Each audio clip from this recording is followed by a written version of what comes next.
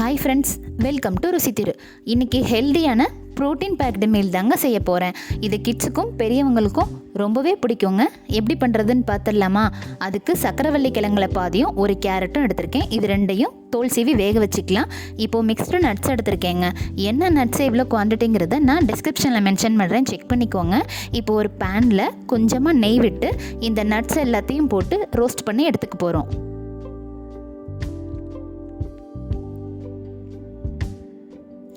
இப்போ பாருங்கள், நட்ஸு நல்லா ரோஸ்ட் ஆயிடுச்சு.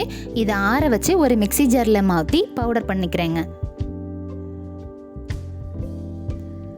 இப்போ நான் மாவு ரெடி பண்ணுறதுக்கு ஒரு மிக்சிங் பவுலில் 1 கப்பு கோதுமை மாவு, 1/2 டீஸ்பூன் உப்பு, ஒரு 1/2 டீஸ்பூன் ஜீரகம், இப்போது அரைச்சி எடுத்த நட்ஸ் பவுடர் இதெல்லாம் சேர்த்துக்கிறேன்.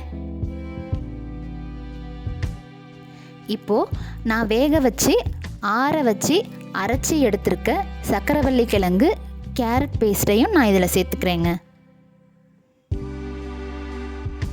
இப்போ நம்ம மாவு விரவிடலாம். கொஞ்சம் கொஞ்சமாக தண்ணி விட்டு மாவு விரவி எடுத்துடணும்.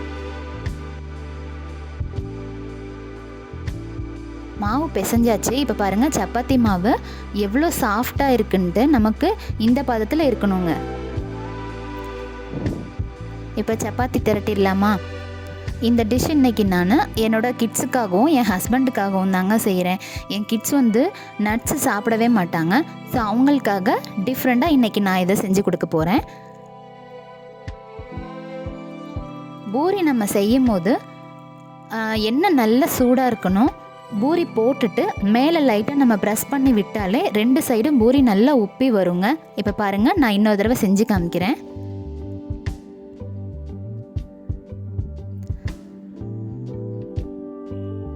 அவ்வளோதாங்க, நமக்கு டேஸ்டியான ஹெல்தியான ஒரு பூரி ரெடி ஆயிடுச்சு. என் கிட்ஸ்க்கு பூரியும் என் ஹஸ்பண்டுக்கு சப்பாத்தியும் தான் செய்கிறேன். பூரிக்கு உருளைக்கிழங்கு மசாலா, சென்னா மசாலா அல்டிமேட்டாக இருக்குங்க. இப்போது சப்பாத்தி போட்டுடுறேன். இது 2 சைடும் நெய்யோ எண்ணெயோ விட்டு நம்ம சுட்டு எடுத்துக்கலாம். இப்போது இந்த சப்பாத்திக்கு தேங்காய் சட்னி, புதினா சட்னிலாம் சூப்பராக இருக்குங்க. நீங்களே வீட்டில் ட்ரை பண்ணுங்கள். இந்த ரெசிபி உங்களுக்கு பிடிச்சிருந்தா லைக் பண்ணுங்கள், ஷேர் பண்ணுங்கள், சப்ஸ்கிரைப் பண்ணுங்கள். நான் நெக்ஸ்ட் வீடியோவில் சந்திக்கிறேன் ஃப்ரெண்ட்ஸ்.